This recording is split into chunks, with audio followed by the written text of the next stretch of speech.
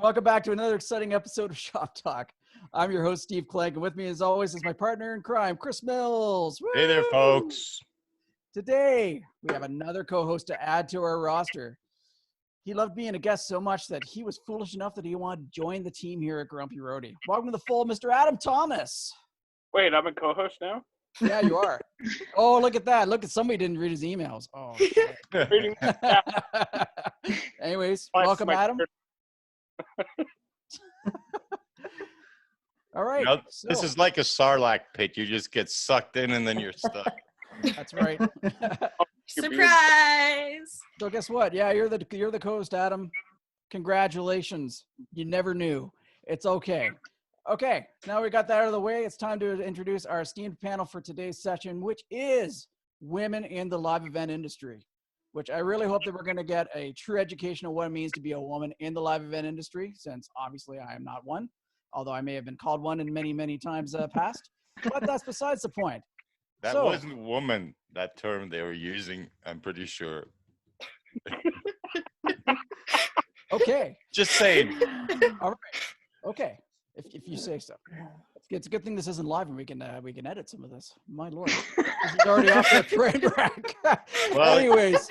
You know, we're one button push away from going live on Twitch at any given time. Holy shit. Okay, so yeah, we want to get a better perspective today on what we're going to do to level the playing field a bit. Since this is a really male-dominated industry, so we want to get a good cross-section of women in the industry. So I'm going to start off by introducing our first guest, which is Kelly Potiphar. Kelly is a video and lighting tech from BB Blanc, who I've had the pleasure of working with for a couple years over at CCR Solutions. How you doing, Kelly? I am great, thank you. How are you? Very good. Great to see you. Yeah, you too, man. It's been a while. Yeah, it certainly has. And I'll throw it over to Adam to introduce our next guest. Second guest is Debbie Hutchkins, one of my most favorite people to work with and one of my most valued mentors in today's audiovisual society. Oh, that's so cute. Wow. Can feel the big love there. And just a little bit of background for you folks. Debbie is a freelance live sound engineer, production manager, and tour manager who's worked with an extensive list of Canadian artists. She sent me her list, and I just was, wow. I just said to her, I want to be you when I grow up, you know? And, but, you know, I don't think that's ever going to happen. So anyways, moving on, the next guest that we have is Chantal Skrynski. Chantal, did I actually pronounce that right? Because I'm terrible. You did. Congratulations. Holy crap. All right. You get brownie points for that. All right. Well, we'll see how this goes. Anyways, Chantal is a freelancer in the industry and is a self-described Jane of all trades. It's great to have you here, Chantal. Thank you for having me. And over to Adam for the next one. Next on the show is Chloe Rose. Chloe is a staging tech over at Solo Tech in Toronto. Hello. How's it going, Chloe? I'm all right. How are you? Good. I know that. I'm pretty sure we've worked together before. You look really familiar. Yeah, we have. Yeah. It's always like, oh yeah, that guy. I'm okay. very recognizable. Like, this happens to me all the time where people are like, I know you, and cannot figure out why. Do people stop you on the street and say, were you there that one day of that 4-hour call? No? Sometimes. Okay. I've also, I've been stopped in a couple of clothing stores. She's just plain unforgettable, let's face it. I guess so. All right. Okay. Apparently. Well, good to have you on the show, Chloe. Thanks.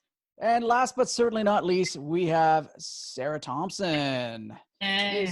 How's it going, Sarah? It's good. How about you? Try to hold back on your enthusiasm there. I've known Sarah for about 3 or 4 years, and Sarah's currently a freelance video tech and currently attending school right now as well. Sarah, can you let everyone know, what are you currently studying? Yeah, I'm actually studying urban planning at U of T.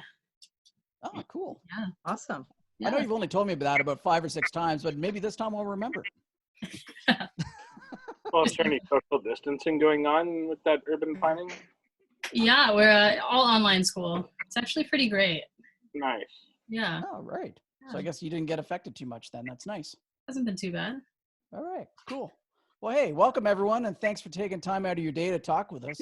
We got a lot to get through, so let's dive right in. Let's start off. Ladies, I'd really like to know, what is the most common misconceptions of women in the industry? Who'd like to start us off? That's a tough one for me. Sorry, my I think I mean, I'm sure I will have more later, but I think there's kind of a general assumption about my incompetence that just sort of seems to follow me around, and I don't really understand why. And that's you're getting that mostly from your male counterparts, I'm guessing, right? Yeah. Like, I have a lot of experiences where people are shocked that I can do something or lift something or pack a truck. And these aren't difficult if you've been around for as long as I have. I don't disagree. And So- well, that's good. I mean, it's a very open-ended question, obviously. And depending on what your experience is and everything like that, maybe we could actually shift to Debbie for that, because Debbie, you've been around a little bit longer probably than most of us. So when you were first starting off, what would you say like some of your pet peeves were as far as when you were working with some of your male counterparts? Steve, can I just tag something on that question before we throw it to Debbie? Because I would also like to know if there's a difference, like an age gradient, how often that occurs, you know? Is it like more among younger people that assume incompetence, or more older people, or is it the same across the board? Because that would be an interesting aspect as well. Indeed. Okay, Debbie, you're up. Yeah, for sure, Chris. I mean, that's a great question. I think if it's somebody newer, younger, male or female, sometimes there's not the respect for their role until they are more established as an older technician that looks like they've been around. Like if I came to a show and saw you, I would assume that you would know the difference between stage left and stage right. So just because I can tell you've been around, right? So, but I think at this stage of my career, because I've been around, like I've been freelancing for 25 years and I've been in the music industry for 30.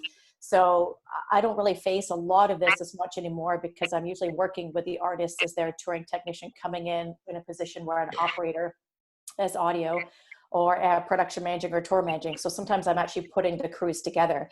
So it's more, in fact, when I got the list of questions for the interview today, I was thinking about when I first started out, when I was a lot younger, I faced far more discrimination coming into it than I do now. So I think a lot of it, and my biggest thing is the proof is in the pudding. Like if you're the operator, people can say whatever they want about you all day. When the show starts and you're mixing the show or you're operating lights or your video, no one can ever listen to a show and say a man mixed it or a woman mixed it, right? So just the proof is in the pudding. Just do your job, smile, be friendly, be yourself, I think is the best way to go, you know, for sure. Be true to yourself. Interesting. I think just to add to both of those points, I think like, especially when in the first maybe 2 years that I was in the industry, that was definitely the roughest for me. Obviously I came in green, so I didn't know anything myself, and trying to, like you said, establish yourself, and prove to people that, you know, you have a place within the group that you're working with, and like what you can bring. I feel like when you walk into a new group, even established as a technician, it really just comes with the way that you hold yourself. I feel like younger people and people with less experience, regardless of your age, if you don't hold yourself with some kind of poise and strength and I guess in a way like confident in what you do, and be able to just dive straight in, interrupt people if they're like talking over you, especially if you're in a leadership position, to be able to like command a crowd and be like, right, this is how things are going to happen. This is what needs to be done. I think, you know, that's when people kind of look at you and go, oh, okay, all right. Now, whether or not that comes any different from being a male or a female, you know, there's that. And then as to what Chloe said as well, I think one of the biggest things that I noticed throughout my career, and I've predominantly been a full-time technician throughout my career working for companies. And so for me, with other full-time females that have worked alongside me, there's always been this kind of like low-end discussion of like reliability, capability, and also as what like Chloe said, with strength about lifting things. I remember back in the beginning of my career, it was a lot to do with kind of, oh, you know, can you lift that? Are you okay? Are you capable? Do you actually know what you're doing? So it's a lot of those things kind of came along, and also the trust. It's if you can't make a point that you know what you're doing, people aren't going to trust you. And that's a big thing, because if people around you don't trust you and don't want to partake in what you're trying to bring to the job, it can really deter you from actually wanting to like come back to your next shift, you know? So those are just a few things to add to what Debbie and Chloe said. Yeah, I mean, that's actually a very valid point, especially about the trust thing, but that boils down to everywhere, you know, like back in the old days, before you could learn this stuff in schools, the only people you'd meet on the roads were people that wanted to be there and that the rest of the crew wanted them to be there because they trusted them, because they knew they were competent. So basically, everybody you ran into, you would automatically assume a competence, because otherwise they wouldn't be there in that position. That's changed a little bit, at least as far as I've been able to observe. Now that you have a lot of people, you know, that come out of some school with a degree and a sense of entitlement in some cases, they think they know a whole bunch of stuff because they have this piece of paper, and they're not aware of how much more there is that they don't know yet, right? Which obviously we all know they'll learn that quickly once they get out on the road and they realize, you know, and they come down a few steps. But I think, you know, since there is more people now that you might run into on the road that are possibly incompetent, the question of, you know, whether you assume it or not has become more relevant than it used to. Does that make sense? Yeah. Yeah. Yeah. Like for me, it's always been a case, anybody I run into, I start off assuming they know what they're doing until they prove otherwise. Yeah. And then I get really, really grumpy really quick, right? So. Not you. No, never. Like I'm the nicest guy till you put a rip into my screen because you didn't listen, you know? Then I get Valid. I get angry real quick, or if I see you coil a cable over your elbow. Yeah. Then you just Truck drivers. Then you're just gonna experience what a percussive fade to black means. Nice. I think to Kelly's point though too, as far as being, you know, like either a crew lead or eventually being in like a position where you're in a supervisory kind of role, it can take some time, you know, as far as just to get your you know, your footing as far as being someone who's kind of looked upon as trusted or anything like that too. I know when I started out, I was much more shy than I am now. And I just kind of just did whatever anybody kind of told me and stuff like that. I didn't really grow into any sort of, you know, feeling of, you know, confidence until I built up my own confidence as far as my skills too. So, I mean, I think that can be pretty universal amongst everybody in some respects. So There's this weird misconception I've noticed that most women, if not all women, are lighting designers. I don't know what that's about. But anywhere I go somewhere and I'm not, they're not. They're like, what? Video? Like audio? It's, you know. Yeah. that's strange. I can't say personally I've ever thought of any woman being like geared towards any of the professions specifically. You know, like it's just not something that's ever really crossed my mind. That's odd. And I know that it's kind of funny that we got Kelly and Sarah here that both know lighting and video quite well, which is you know, pretty funny in itself. But it's just not. Yeah, it's just, I don't know. You just do what you do. I guess it's never really crossed my mind. Yeah, you're part of the crew and pull your weight and do your thing, right? Or you're my boss and tell me what to do, right? In the case of Debbie, right? Yeah, no, absolutely. I think what Sarah means in that regard, and just because like since I moved to Canada, and obviously Sarah is one of the people I've worked with the most predominantly across the time I have been here, is if you put lighting as a woman in your kind of like script of things you can do, they will tend to throw you at lighting before they'll throw you at video. Even if you're better at doing video, they'll be like, oh, okay, lighting, you know what I mean? And that's something that like I've noticed that as well. Even if you're an all-round technician, it tends to be something that they'll do. I don't know. I can see what Sarah is saying in that regard. No, Yeah, I'm not challenging it. I definitely have been shoehorned into lighting a whole bunch of times, even though I came in as a carp. Oh yeah, it's the women's touch, you know. Like I've definitely gotten comments where it's been, "Hey Sarah, I'm not doing lighting, sorry, can you fix these uplights? Because, you know, you just like know how it looks great on the frill. Is that No. genetic? Is it true? Wow. It's, Could you try again? oh, Siri. Could you try them uplights again? Yeah. I think one of my favorites for me is not just lighting, but can you do drape? Oh. Yeah. So that one I was I- expecting. Yeah. When I was first starting out, that was something that I got thrown on a lot, was drape, because I knew how to fold it, I knew how to fluff it, and I knew how to make it pretty. Yeah, but all newbies But- get thrown on drape, so that's This is not true. I And- think that, sorry, I'll go when you're done. No, I was actually going to add that for me, over the years, something that I've noticed that I haven't noticed a huge divide from my perspective between men and women in the industry. Maybe it was something that was a little bit more noticeable about 5-10 years ago, when it was a very male-dominated industry. It's there's a lot more women in the industry now, and I have to admit that I haven't experienced that much in the way of sexism. I can count on one hand how many times I've been told, you know, maybe you should let the guys do this because you might not be able to lift it up. In which case I lifted it up myself for them and just proved them wrong. But something that I want to see a little bit more of is people try not to see a divide and just bringing everybody in, because what Chris said, you know, everybody, if you're a newbie, gets thrown on drape. And when you're a greenhorn, you kind of get thrown into everything, whether you're a man or a woman. Like, I was a woman and I got thrown underneath the stage in my first years, you know, crawling through puke and booze to unclamp the stages. And, you know, I was a girl and I got dirty. It didn't matter.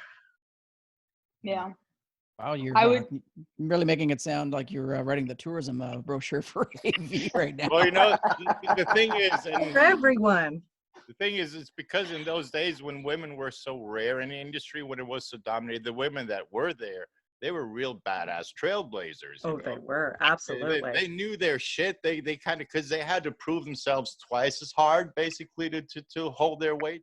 Mhm. So basically, the guys, us old guys, you know, we are used to having instant respect for women in the business, because we know how much badass they traditionally had to even be there.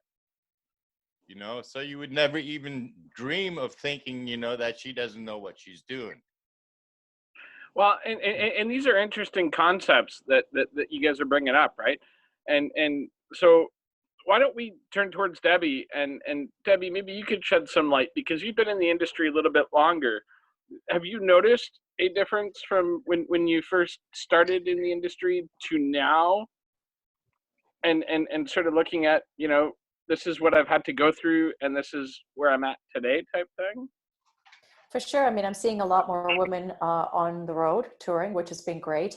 And I've always said it's not the technical aspect that keeps women off the road, it's the non-technical. So a lot of times when I meet other young women, it's not mixing or operating the lighting, it's living on a bus. It's getting on a bus with 10 guys and doing that for 2 months. It's that element that is a little bit more challenging in my experience trying to speak to people. So it's kind of getting over that hurdle and sort of being able to be the only female. I did tours for many, many years. I was the only girl. And I've had bands say they loved it to have a girl on the bus, because they said it kept everybody a little bit civilized. It sort of kept the Lord of the Flies element down a little bit, you know? So, That's true. We're at our best behavior when there's women around. Let's be honest about it, guys. You know? Because I've seen some things, okay? Back in the day when I used to do Boots and Hearts, we would rough it behind the stage. We would have little trailers that were directly behind the stage, and we would have co-ed showers.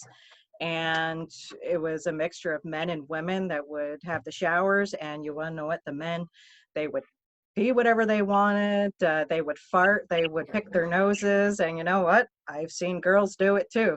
So, but I've seen some things. Well, since we're on the subject, you know, is there any like one thing that guys always do to you when you in a work environment, you know, that you just wish they would stop doing? You know, that some annoying little habit that they don't even think about, you know, that we're not aware we're doing, but that drives you guys nuts? Definitely stop worrying about offending me. Because that's Yeah. one thing I've Yeah. noticed a lot is there's a lot Yeah. of guys that are afraid to just be who they are. For someone like me, I like the presence of men. I've always had male friends more than women, and I absolutely hated when they wanted to shy away from certain topics. You want to know what? Talk to me about food. Talk to me about sex. Talk to me about anything. I won't get offended. I think to add to what Chantal's saying there is, I can't tell you how many times I've caught guys off guard with the shit that's come out of my mouth. And they've been like, yo, what? Yes. And it's just because that's my personality. Like, you know, I've always been a little off the cuff, and, you know, that's part of who I am. And I don't want to come into a workplace and feel restricted. So I think there's like a level of, you know, where there's a line and you stay under the line. But, you know, I feel like, especially in this industry, Is that line poise you were talking about earlier that it requires? That certain poise, you know? yeah, that's, well, you know, like there's just that level of I gotcha. respectability that you just kind of go, maybe don't do that. It's the cringe factor, you know. Sometimes people say stuff and you're like, oh bro, like that was too far, you know what I mean? But I feel like this industry is so rough and tumble, and you do get some like very wonderfully colorful people with their vibrant personalities coming together. And you know, I think that's what makes this industry in a sense addictive, is not so much the work that we do, but it's the people that we work with and what they bring to work. And when you feel restricted in that sense, and you're also then in an environment of restricted people, it becomes a little dull and boring. And as you guys were saying before, like, I didn't really do much traveling until I came to Canada. I did some long stint traveling to the same place, but when I came here and I was traveling in small groups with people, I find that sometimes men, especially if there's a big age gap, they don't know how to close that social ground when you're no longer working. So say you go out and you have a meal, or you're just hanging out, or you go down to the hotel bar or something and have a beer. It's closing that social gap that they maybe sometimes get a little awkward, and it can make it a little awkward for yourself. And so you kind of have to stretch out to kind of bring that gap back together, if you know what I mean. I think that's the one thing for me that I find a little bit difficult, is that I just want to just be yourself, talk about whatever, you know, just, yeah, I don't know. You get what I mean.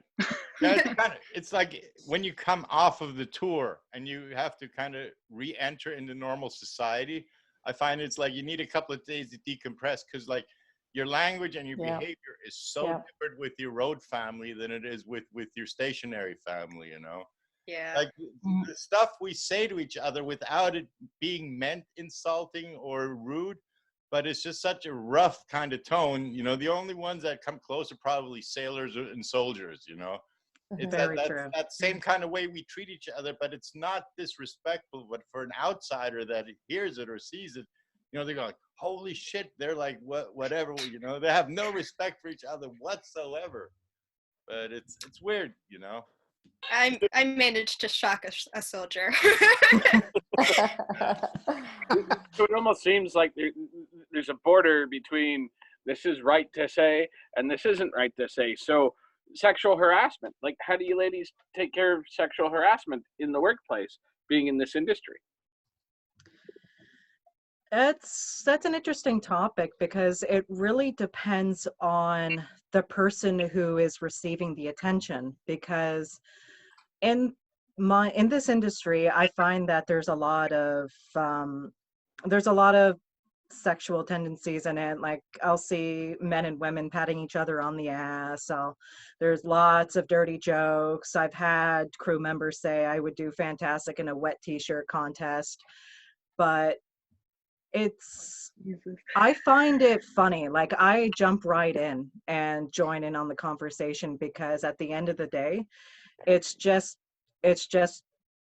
locker talk, you know what I mean? That's Right. how I call it. And I don't get offended by stuff like that. I can understand some people getting offended by it, but it really just depends on the person. I've never had to deal with a sexual harassment claim at all. Well, that's good to hear. I know that throughout my career, I've seen other women struggle with that, and there's also the whole conception around it that around the idea of like tattletaling in some respects, but at the same time, we do have to be accountable to each other, you know. So you can't just say it's about tattletaling or anything like that. I mean, we all have a part to play, and we all have to treat each other with respect. So, you know, I don't know, some of the people that probably look at it as that are a little bit juvenile in their thinking to begin with. I've had multiple women who've been working for between 2 to 5 years come up to me and kind of ask me a similar question, because they'll come up to me and say, like, I feel uncomfortable with somebody in particular, or how did you go through this situation and not end up feeling so uncomfortable, or not like seem like you're uncomfortable, or whatever, that kind of thing. And generally speaking, when they come to me for advice, I just try and tell them to have boundaries and to be really clear about what those boundaries are. So like, for me personally, I don't tend to like being touched that much, for example. And I'll joke around with people and like I'll play the punching game with people, but that's kind of like on the arm, whatever, that's fine. As soon as it kind of escalates, I'm not really okay with being touched anymore, and I'm really clear about that. So as soon as it does escalate, do you find people respond well when you're being clear about it? Like, do you get flack, or do people generally like accept it?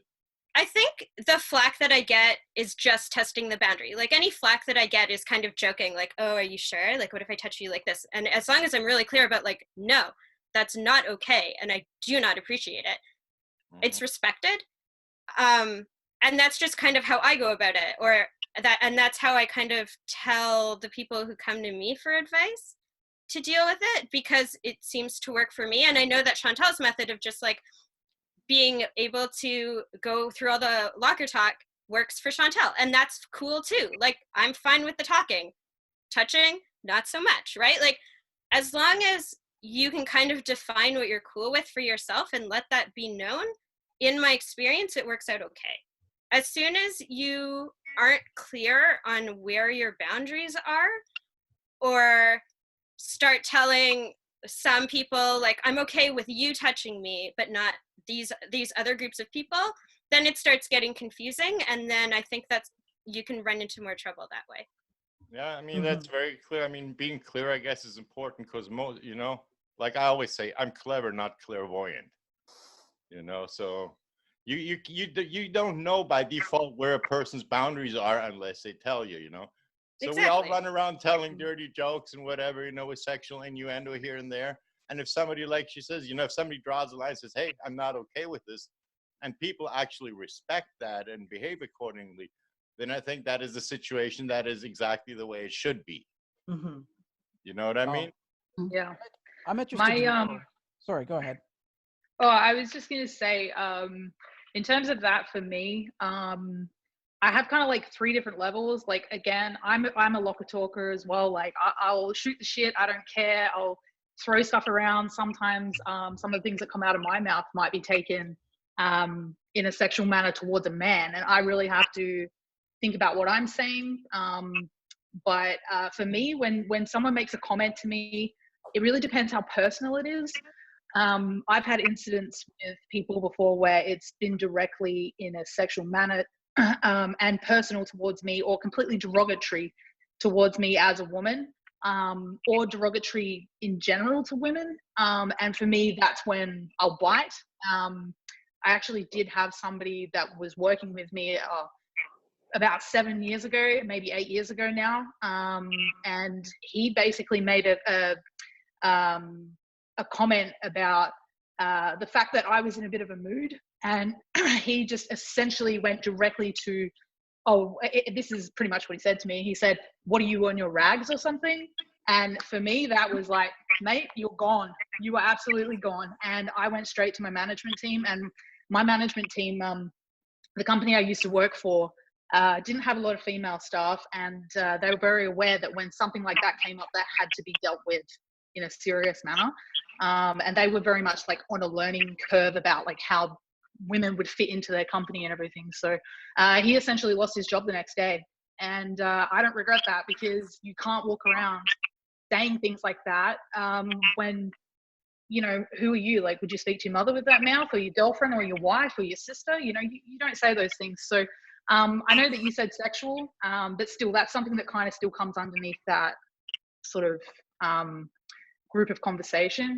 But yeah, like for me, if it's personal or derogatory, or if it's just completely out of place, like if you push it too far, I'm gonna jump on you about it and be like, look, nah, you can't say that.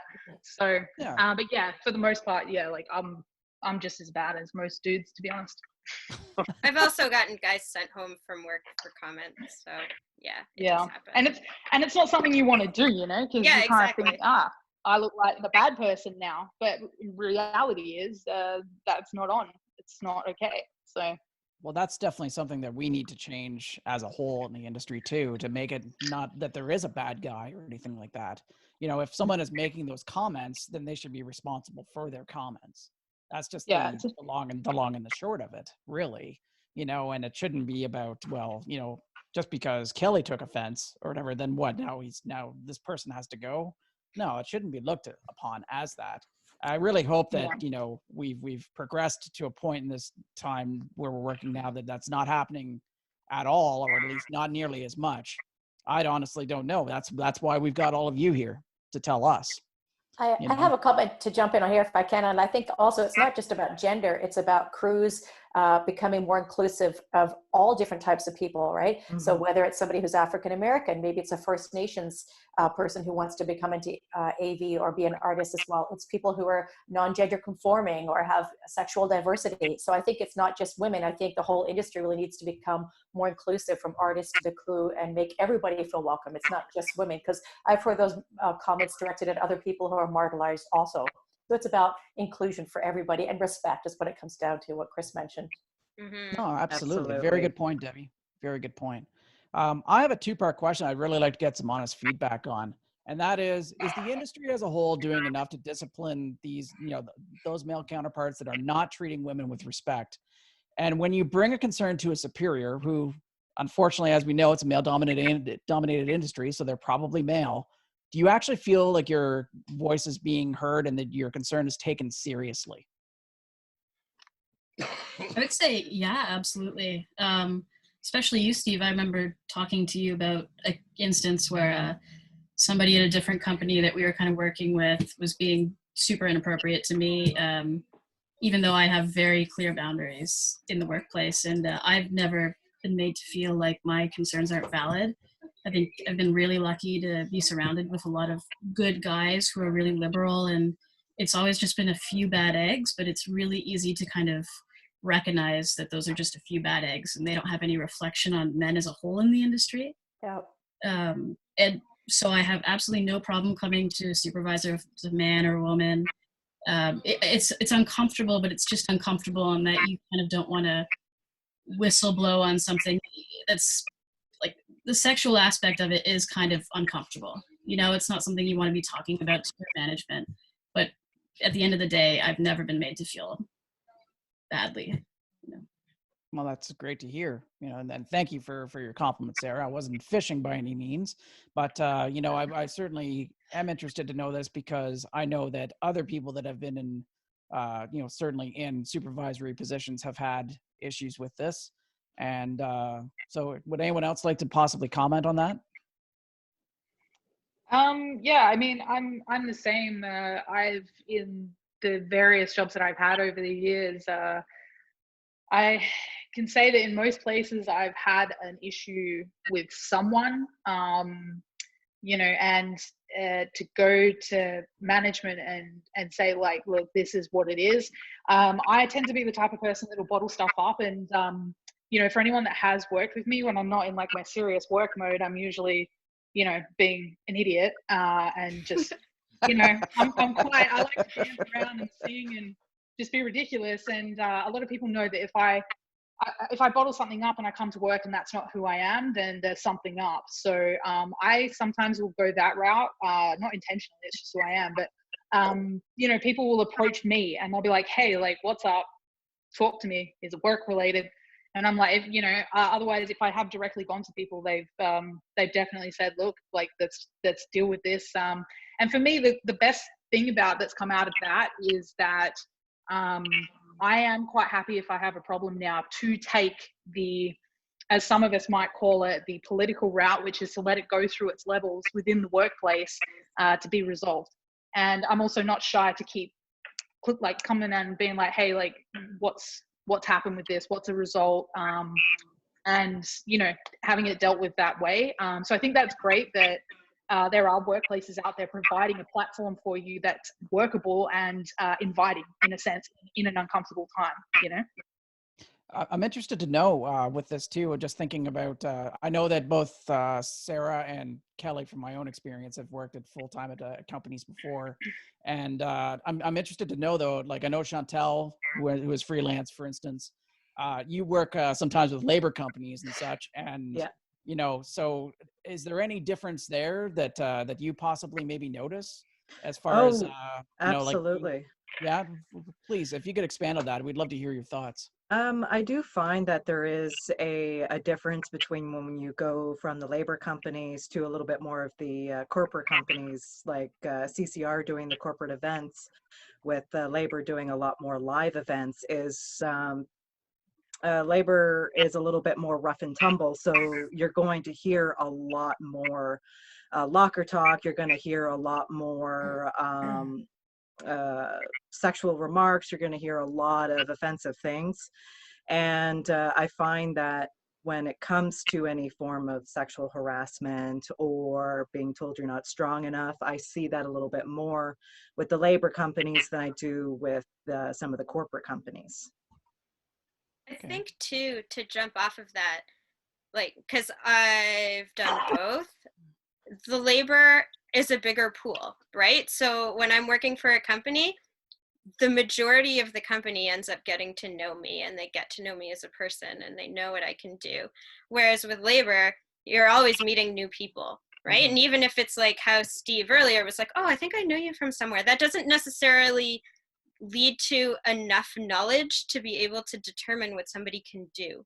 But just based on recognizing their face. That's the nature of the beast of labor companies. You know, they by default have like 30% newbies in their crew all the time anyway. Yeah, absolutely. You know, and this is a byproduct. The experienced guys are going to jump off the labor companies and get hired as technicians somewhere.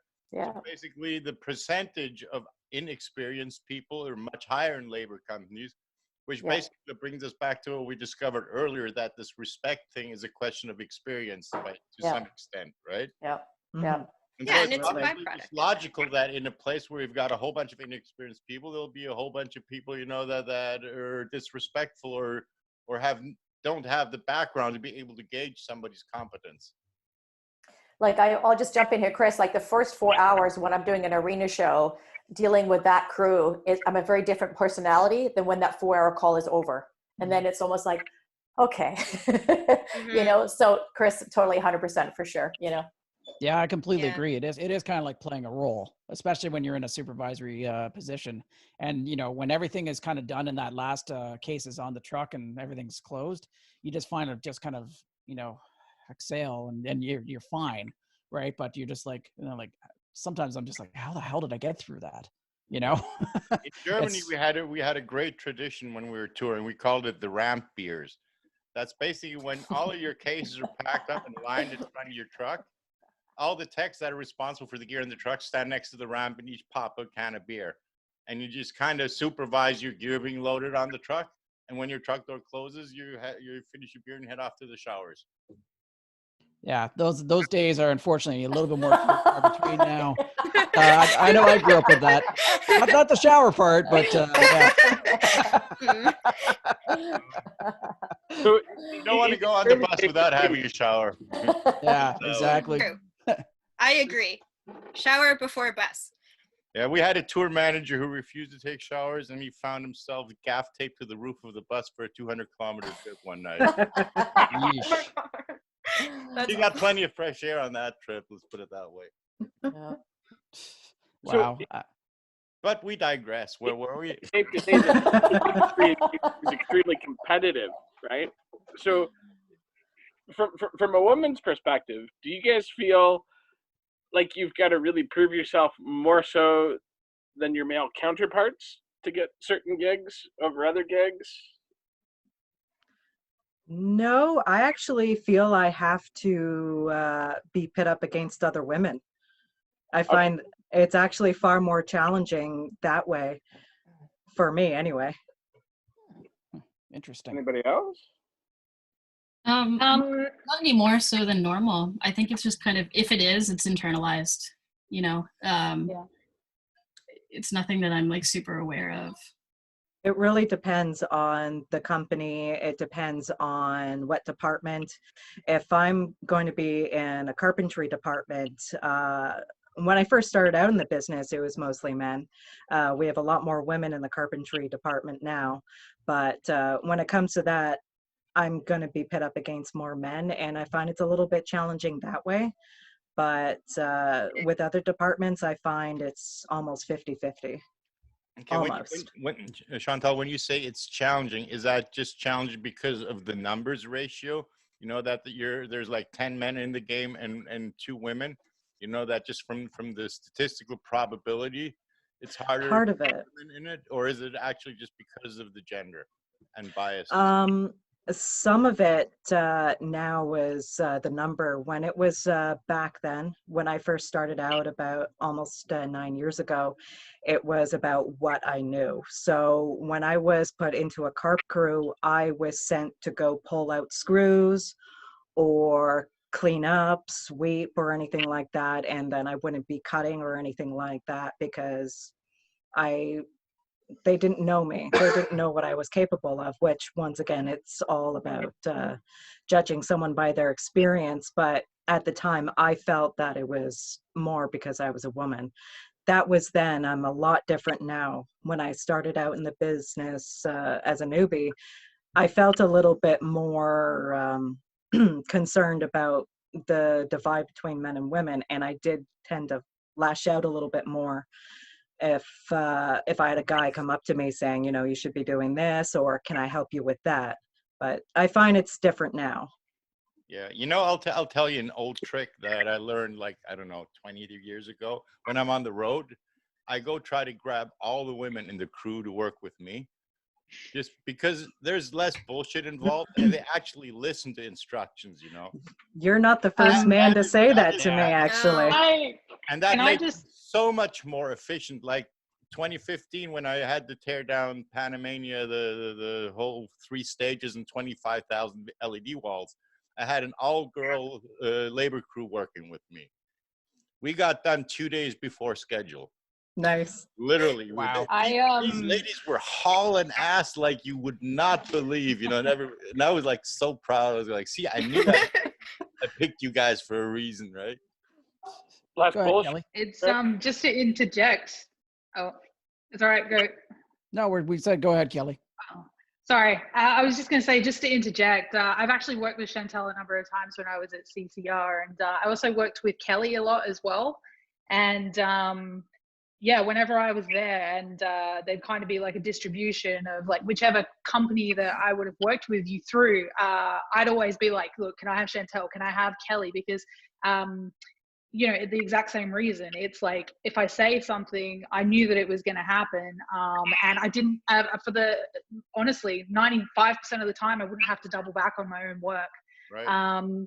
And you know, I also noticed that women tend to be able to work and talk. Whereas I find a lot of men will stop and talk. And you guys are better at multitasking. You just are better. Yeah. I mean, well, actually, the thing is, and I recently learned there's a scientific reason why women are so good at talking while they're working, because they have a much bigger part of their brain dedicated to verbal communications than men do. And I guess it has historical. I could see that. It goes way back to like Stone Age times, you know, when the guys were out hunting and didn't have to communicate because they didn't want to scare off the deer, right? They'd be going like, "Psst, deer, 10 o'clock. And that's it, right? while the women were at home having to deal with 25 kids and the entire social interaction of the tribe. They were managing all that, so they had to do a lot of verbal communicating. So they developed much better communication skills while doing their work. So basically, yeah, I mean, it sounds plausible to me as far as the theory goes, right? Well, I know I'm feeling very Cro-Magnon right now. So yeah, that's awesome. I'm gonna have to find my cave club or something like that. Load truck, you know. Smash! I must say smash! though, the worst thing as a woman for me is when there are maybe 4 or 5 dudes that are just there having a chat and kind of working, and having to walk in there and be like, hey guys, let's talk more work. Like, let's go, let's get it done. You know what I mean? Like, and I hate doing that, man. It's something I've become completely unshy to doing. I'm just like, right, let's break this up. Let's do it. Cause Less chatter, more get at her, boys. Yeah, that's exactly. it. You got to do it. You got to do it. Can't Otherwise, beer time. Yeah. Pitter patter, let's get at her. Yep. So that's it. But just in general, around that, like for me, I feel like if you put the groundwork in, regardless of who you are, where you're from, what your background is, any of that, if you put the groundwork in the beginning, and you really do push yourself and you make yourself visibly and like mentally known to people for what you're capable of doing, then there's never a fight for the work. I found that's one thing I kind of learned when I was working with you, Steve. The way that I found that they worked was that the more you knew, the better working you were, the more work you got. And I think there's different factors that really come into things as well. Like, you know, smaller companies will, who pay differently, or depending on your pay or where you sit within a pay scale in the workplace, they'll cap your hours to make sure that you're not going over like what they want to pay you. And then there's also other factors around, you know, keeping a medium for everybody, so that nobody's getting more than less. It really, I think for the most part, it really just matters what circumstances you work under, what type of company you work for. But if you put the groundwork in, regardless of your sex or any of, you know, your background, the works, yeah, you don't tend to fight for it. But I also agree with Chantal. When I was younger, I was much more aggressive, and I was like, why not me? Why not this girl? You know, I'm capable. But it's just because, you know, reality is I probably didn't have the experience as someone that had been working for the company 3 years longer than me, and they deserve the work. That's the end of that, you know. So, well, I gotta say, it's encouraging to hear more positive stories than I honestly I was expecting from all of you, really. You know, not that this was going to be a witch hunt in any sense of the word or anything like that, but you know, you put together an episode, Women in Live Events. You just don't know what's going to come out on the other end, as far as like, I don't know. I guess I would say I'm pleasantly surprised. And I got to second that. You know? I'm also pleasantly surprised, because actually, like, what I got to say is I'm pleasantly surprised about is that the way I saw the status quo of how women are treated, at least around in my perceptional scope, let's say, is pretty close to how women see it, you know. So I'm not that far off calibration with my observation. And I find that reassuring to some extent, you know what I mean? I am going to say, oh, sorry, you go. I was just going to say, I can give you a couple of horror stories if you would like, but I feel like that's almost not as fun, because then we all just kind of go like, oh yeah, that's horrific, that's awful, and it ends a conversation, as opposed to when you focus on the positive and like how the industry is growing and learning and getting better. Well, plus then that's very uplifting. And isn't being uplifting a good thing? Like, shouldn't we grow more of that? Definitely. And I think usually, and those horror stories usually come down to a case-by-case basis, dealing with an individual. You know, they're not as much systemic as they are just because some moron, idiot, or asshole, you know, did something stupid. But I mean, that cannot be said maybe, say, 30 years ago or anything like that. So, you know, 10 years ago, Steve. Yeah. Okay. 10 years ago, man. You guys tell me, right? You guys be honest about it, right? So, I mean, yeah, we have come you know, we've progressed a bit, but I mean, that's not to say that we don't have certainly a ways to go yet. I think the other thing is oh, sorry, just I'll be quick. I think the other thing with you know, as a woman speaking about women and the industry that we work in and that we represent, I think it's also unhealthy for us to be walking around holding on to the negativity that we may have encountered earlier on in our careers, you know, because the thing is that it's great walking into a room. I'm not going to lie. It's great walking into a room and seeing more women show up, you know, and finding out how they got into the industry. Because as you said, like, there's women that have been in the industry for years who got in, you know, they may have just got in through word of mouth. They may have gone through an education system as well. But as previously mentioned, a lot more people are coming through education systems because the schooling system is promoting this as a career to people. So therefore they believe, well, I'm going to go to university, I'm going to get my degree, and have like a different idea of the industry itself until they get kind of hit across the face with what is actually the industry. So for us to come in, however we got into this industry and to deal with the struggles that we've dealt with, you know, people that have been in this industry dealing with this for a long time,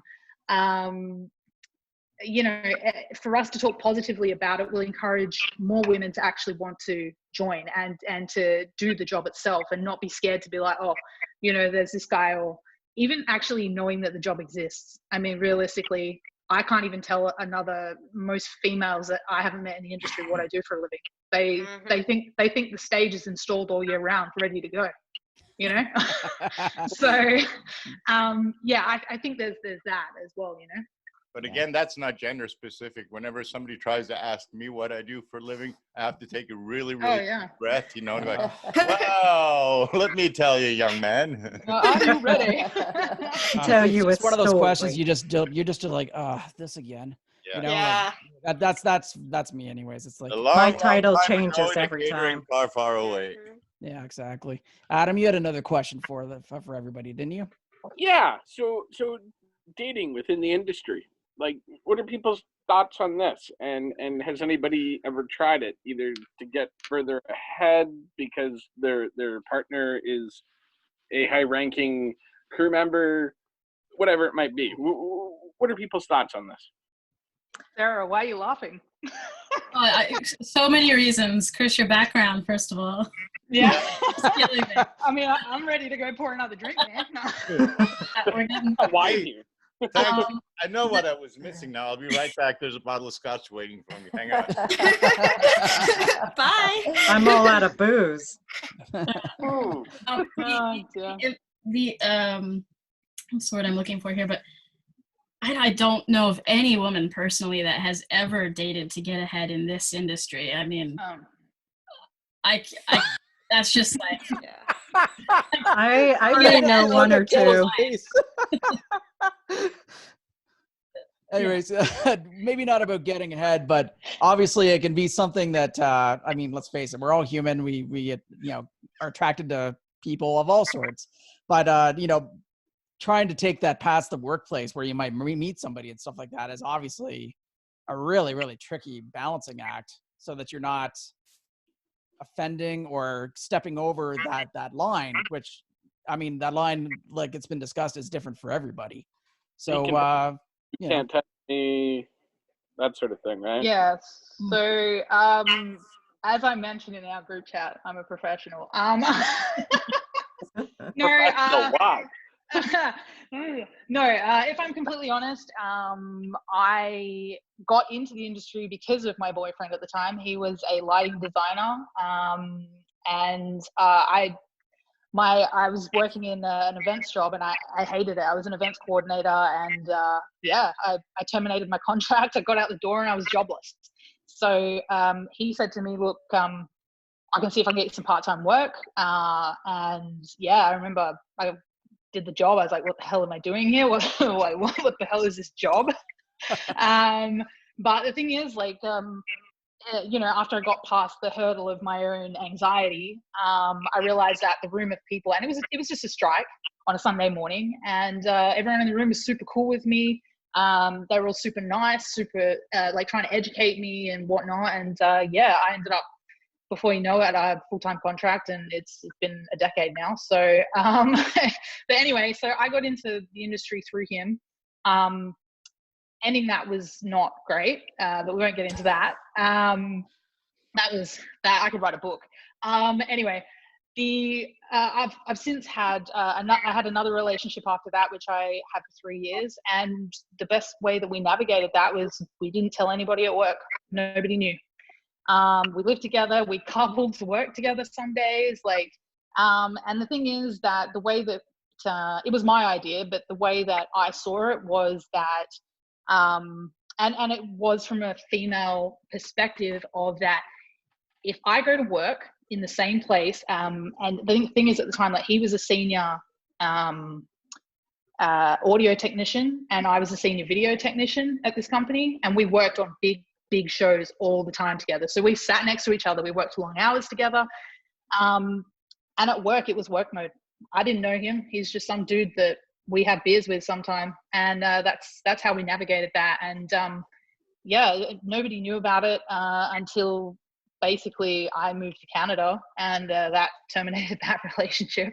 But yeah, but the thing is, I'm still really good mates with him, and everyone at work was like, oh, we had no idea when we told them. And then again, my current partner, I met him when I was working at CCR, and same thing, we just kept it to ourselves, and it worked for us. And yeah, we've been together for around 2 years now, just over 2 years now. So he's no longer in the industry, he works doing another job.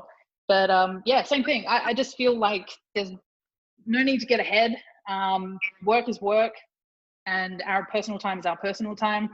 And if you, as I was saying before, I felt like if I brought those two things together at the workplace, then people treat you as one person. They don't treat you as individuals, and they feel like whatever you're going to say, is said to them, is being said to both of you because of that communication that you would have with your partner, you know? So that can be dangerous ground.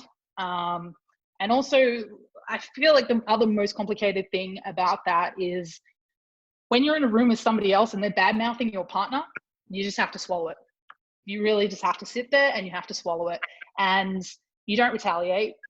You just kind of go this. And the other most important part about any of that shit is you don't tell your partner, because that is just going to cause problems. So I think it's just being really remembering to be professional when you need to be professional. And I think, you know, keeping your personal life completely away from your job is the best way to do that. You know what I mean? Anyway, so as I said, yeah. Damn, Kelly, actually, you could write a goddamn novel on that. I Wow. could. And Actually, I must admit, sorry, Chantal, just really quickly. no, go ahead. I must admit, the only reason that I find my relationships, because most of my relationships that I've had within the industry have been longer than 2 years. Well, all of them, sorry, I've been over 2 years, each of them. I have found that the men in the industry are the only ones that understand when I'm not home until 5 o'clock in the morning.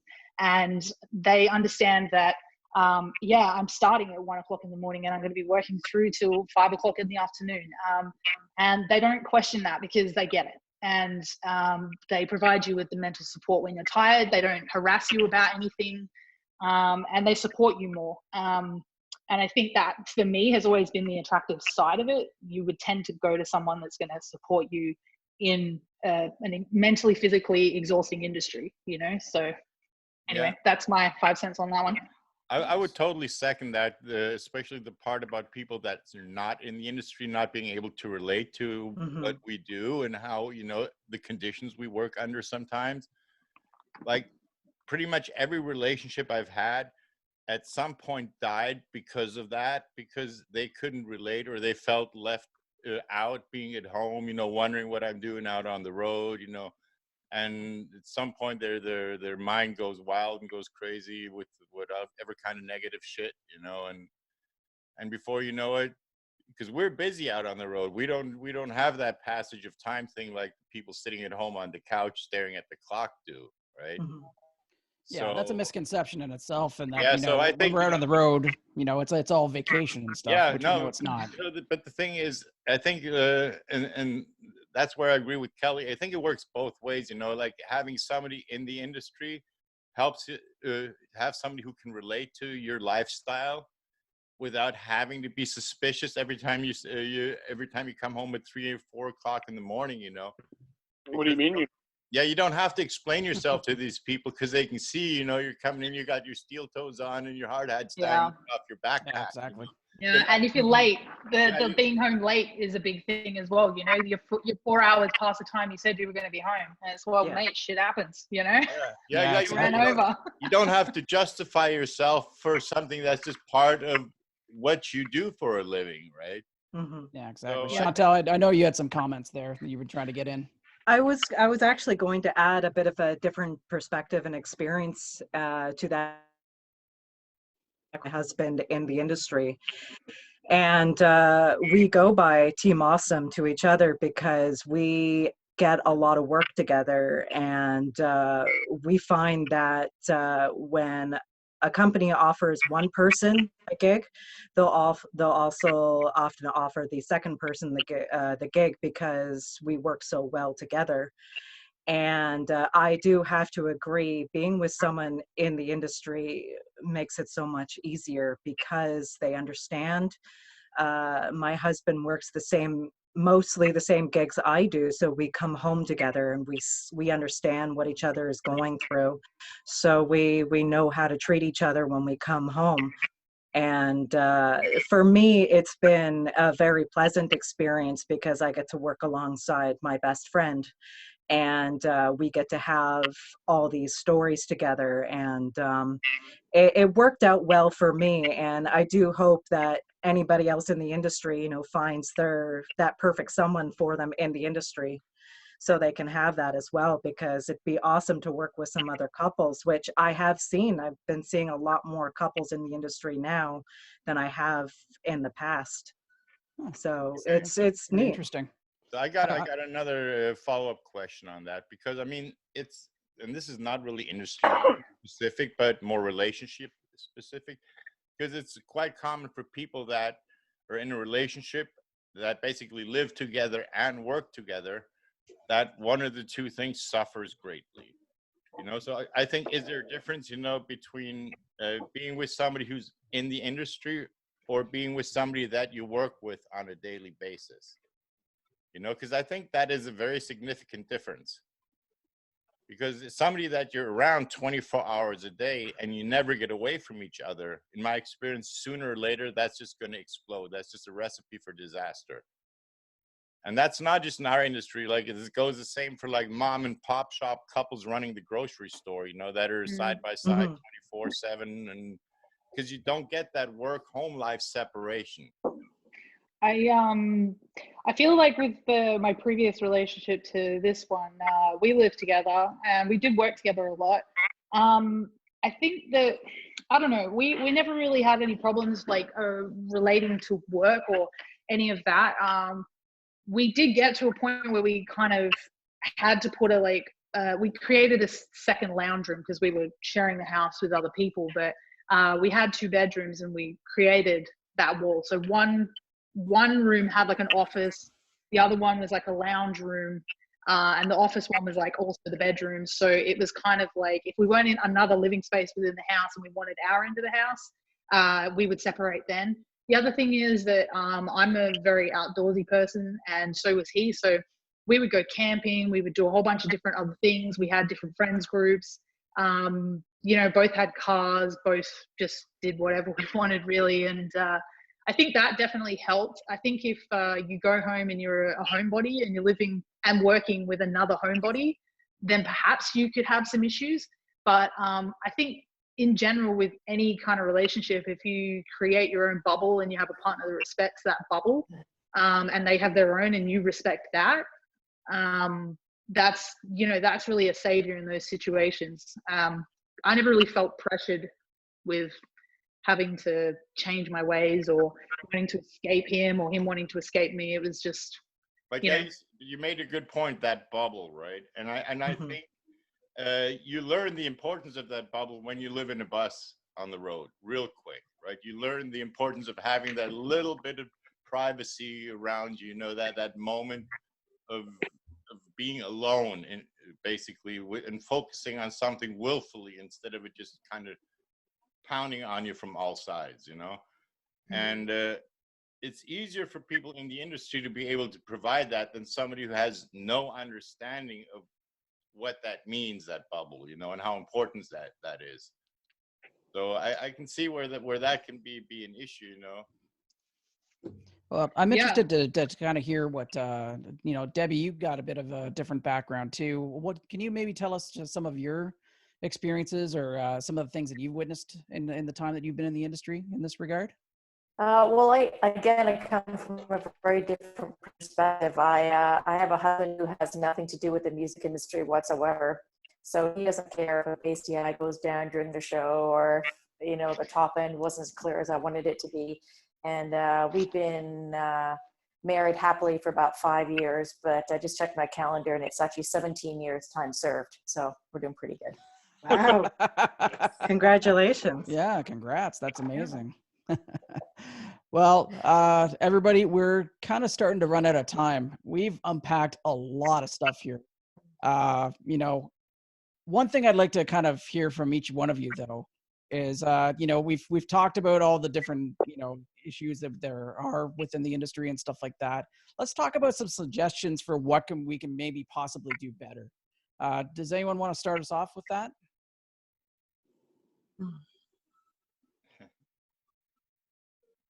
We talked about women in supervisory roles, which certainly has worked for other industries that to kind of help balance things out.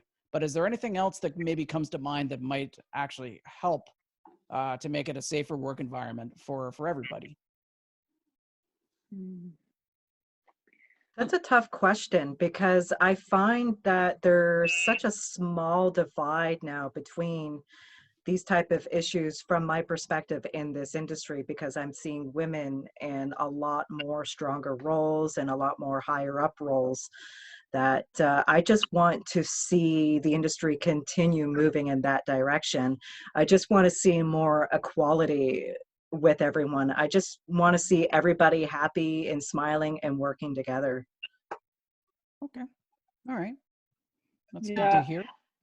I would say my suggestions have less to do with women specifically and more just about, inclusion in general. I find that I hear a lot more racism than I do sexism. So I think that, you know, as a whole, we could just work on that together. I think we're really moving forward. I think we work with a lot of really liberal, open-minded people. It's just the nature of the industry. So just kind of, you know, checking our coworkers if they say something that's a little too far, you know. No, that's good feedback. It's just essentially like nipping it like in the butt early with different characters that you come across. You know, I think that I don't think age or anything has anything to do with it. It's really just who the individual is as a person. And the more people that, and obviously it's a lot better these days, but the continuation of the progress that has been happening and people jumping in and saying like, yeah, that you shouldn't say that, or that's not okay. Or I think the other thing is in general, people standing up for other people. I know that we spend a lot of time really pushing ourselves and pushing who we are to people. But because it's such a competitive industry in every sense, for the work, for the hours, to get your name out there, and you know, keep the bills paid, we spend a lot of time going about our own self. And I think one of the things that I guess gets me down is watching other people cut others off at the knees when you can see a talent or you can see the potential, especially new people in the industry coming in, and you know, they do one thing wrong and that's it, they're done, and they're done in everyone's mind, because the moment that negativity bleeds from one person's mouth, it'll make its way across an entire company. And I feel like that can be very unfair to anyone trying to get their foot in the door in the industry. So for me, I think that's one thing. I think more people need to be mindful about the things that they're saying, and how that can directly affect somebody else's career, how that's directly affecting how they're paying their bills. And I'm very aware that if someone's really just not good, they're not good. But there is a lot of people out there who are rather talented that maybe aren't getting the chance that they deserve, you know? Oh, absolutely. Oh, absolutely. If I may add to my previous comment, I think the industry should also have a little bit more focus towards mental health, because there's a lot of stagehands, a lot of technicians that go through a lot of stress, a lot of depression, a lot of addiction. And personally, I've lost a few people over the years from addiction, from depression. And I would love to see a little bit more training with all companies, labor companies, it doesn't matter which company, a little bit more training towards mental health so everyone has a better understanding and how to treat people when they're going through tough times, because we all have had those dark days before. Yeah, we Yeah, actually I talked completely about agree. this in episode 2 about the whole mental health issue, but it was there's like so much more to be said that I'm sure we're going to do another follow-up episode on that, because yeah, like Chantal said, that is a very common issue in our industry. And yeah, being alone and separated from the ones you love, you know, for long periods of time doesn't really help your mental health either, especially if you're constantly under stress. Oh, So absolutely. yeah, You know, so that is something we're definitely looking into examining further in an upcoming episode at some point. Yeah. And if anybody's got any ideas, anyone of our viewers has ideas, leave comments below in the comment section under the video, or go to our webpage. We started a forum there. There's not a lot in there yet, but it's basically a virgin forum waiting to be filled with all your feedback, and yeah, so you can help us shape this channel into what we want it to be and what you want it to be. And just so that everybody knows, since we are got to wrap up here, it is www.grumpyroadie.com, where Chris was just talking about the forums that we have. We're going to be posting some news articles and some more content. You know, you can also find us on our YouTube channel and on our Facebook page as well. So please remember, if you can, to check that stuff out, and make sure to click and like, subscribe, all that jazz. And that way you won't miss any episodes or anything like that, as far as everything that's coming up here.